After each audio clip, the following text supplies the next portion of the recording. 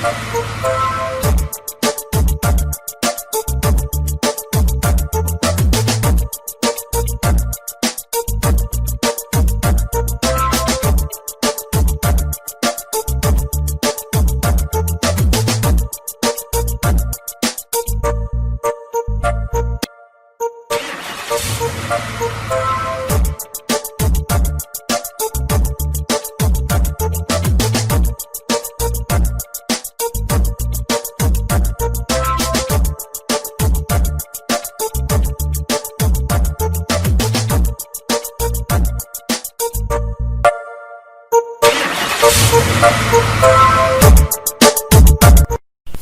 के एक्सपेरिमेंट में हम लोग estimation of total hardness of a given water sample by EDTA method हम लोग करना है।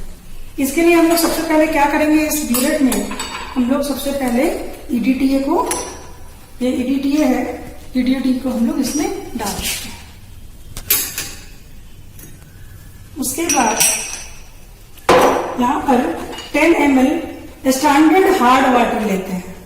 ये स्टैंडर्ड हार्ड वाटर है, इसका हम लोग 10 ml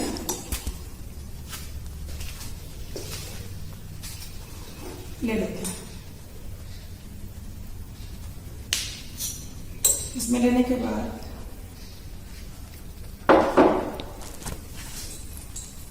इसका लास्ट ड्रॉप ऐसे प्रेस करके निकाल लेते हैं। 10 ml स्टैंडर्ड हार्ड वाटर में हम लोग 1 ml ये बफर सॉल्यूशन ऐड करते हैं और इसके बाद थोड़ा सा इसमें यूरियोक्रोम ब्लैक टी डालते हैं। ये इंडिकेटर है यूरियोक्रोम ब्लैक टी। ये देखिए एक वाइन कलर आ गया। ये वाइन कलर जो आ गया, तो इस कलर को फिर आने के बाद ये क्या है, एक कॉम्प्लेक्स है, इसको फिर हम लोग टाइट्रेट करते हैं ईडीटीए से।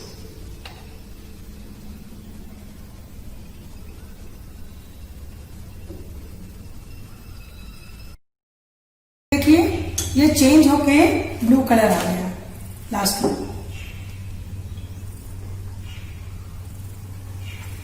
तो ये आपका जो एक्सपेरिमेंट है, ये एक बार हम लोग स्टैंडर्ड हार्ड वाटर के साथ कर लिए। उसके बाद फिर अब हम लोग जिस वाटर को टेस्ट करना है, जैसे मान लीजिए हमें इससे करना है, इस वाटर का टेस्ट करना है, तब इसका फिर हम लोग 10 ml लेंगे और 10 ml लेके फिर सेम प्रोसेस को रिपीट करेंगे। 10 ml इसका लेंगे,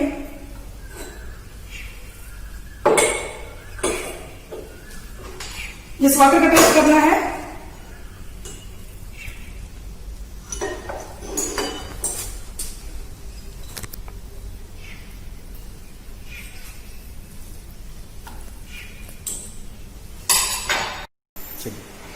$10 ml वाटर सैंपल में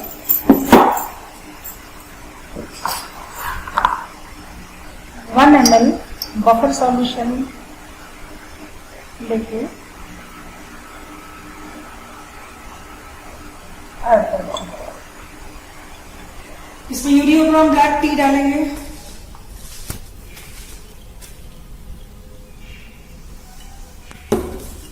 ये वाइन कलर आ गया, फिर इसको टाइट्रेट करेंगे।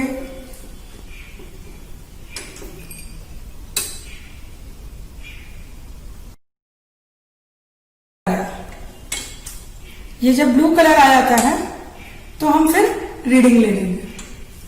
तो इनिशियल रीडिंग में हुआ और ये आपका फाइनल रीडिंग ईडीटीए का हो गया। और फिर उसके बाद कैलकुलेशन इससे हम लोग कर लेते हैं। Estimation of total hardness of given water sample by EDTA method.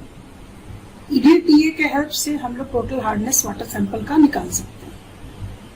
इसमें रिएक्शन जो होता है, तो वाटर सैंपल में जो कैल्शियम और मैग्नीशियम का आयन होता है वो यूरियोक्रोम ब्लैक टी से रिएक्ट कर लेता है। ये इंडिकेटर के रूप में यूज करते हैं हम लोग। और रिएक्ट करने के बाद कैल्शियम मैग्नीशियम का यूरियोक्रोम कंपाउंड बनाता है, जो कि बहुत ही अनस्टेबल है। इसका कलर वाइन रेड आता है। जब वाइन रेड हो जाता है तो और वो ज्यादा देर तक रुकता भी नहीं है कलर, फिर चेंज होता है। और इसी अनस्टेबल कंपाउंड को जब हम EDTA से टाइट्रेट करते हैं तो वो तुरंत कन्वर्ट हो जाता है स्टेबल कंपाउंड में और कलर चेंज हो जाता है ब्लू। ये रेड वाइन से ब्लू कलर में आ जाता है। अब इसका रीडिंग हम लोग लेते हैं। तो पहले स्टेप में हम स्टैंडर्डाइजेशन ऑफ EDTA करते हैं। जो EDTA हमने लिया है उसको स्टैंडर्डाइज करते हैं। इसके लिए हम लोग कोई एक स्टैंडर्ड हार्ड वाटर ले लेते हैं। Standard hard water 10 ml। Burette में EDTA को हम लोग लोड कर देते हैं। अब यहाँ पे लोड करने के बाद जब रीडिंग हमने लिया तो 0 इनिशियल था, 4.6 आया, डिफरेंस 4.6 आया, फिर सेकंड रीडिंग 4.6, 9.1 फाइनल, डिफरेंस 4.5 आया। फर्स्ट रीडिंग को हम लोग रफ रीडिंग मानते हैं, सेकंड में देखें सेकंड और थर्ड सेम आया तो हम उसको कांस्टेंट मान लेंगे। अब इस रीडिंग से हम कैलकुलेशन करेंगे। हम लोग जानते हैं कि टाइट्रेशन में N1V1 इक्वल टू N2V2 होता है। यहाँ पे N1V1 इक्वल टू, अगर N1V1 को हम स्टैंडर्ड हार्ड वाटर का माने तो N2V2 EDTA के लिए मान सकते हैं। अब यहाँ पर हम EDTA का स्ट्रेंथ N2 निकाल सकते हैं। यहाँ पे N1 इक्वल टू N/50 हो जाएगा क्योंकि हार्ड वाटर का स्ट्रेंथ N/50 है। 10 ml हमने लिया है इसलिए 10 ml हो गया। N2 निकालना है और रीडिंग इसका है 4.5, EDTA का रीडिंग हमारा आ रहा है। तो अब यहाँ से हम N2 निकाल लेंगे। तो N2 equal to N/50 into 10 और 4.5 यहाँ आ जाएगा नीचे। तो कैलकुलेशन करने के बाद N/22.5 आ रहा है और इक्वल टू 0.045 आ रहा है। अब स्टेप 2 में क्या करेंगे कि नॉर्मलिटी निकालेंगे अननोन वाटर सैंपल का, जिसका फिर हमको हार्डनेस निकालना है, उसका नॉर्मलिटी निकालेंगे। तो सैंपल वाटर ले लेंगे जिसका हमें निकालना है, वो 10 ml लेंगे और फिर EDTA से टाइट्रेट करेंगे। तो यहाँ पे हम देख रहे हैं कि यहाँ पे 3 आ रहा है और डिफरेंस 2.3 आ रहा है। फर्स्ट रीडिंग में 3 डिफरेंस आया, सेकंड रीडिंग में 2.3 आ रहा है डिफरेंस। यही कांस्टेंट रीडिंग बन रहा है। तो इसको हम अब इससे कैलकुलेशन करेंगे। तो अब फिर सेम जैसे N1V1 इक्वल टू N2V2 था, यहाँ पे हम N2V2 इक्वल टू N3V3 लेंगे। N2V2 EDTA के लिए ले लेंगे और N3V3 वाटर सैंपल जिसका कि हार्डनेस निकालना है उसके लिए लेंगे।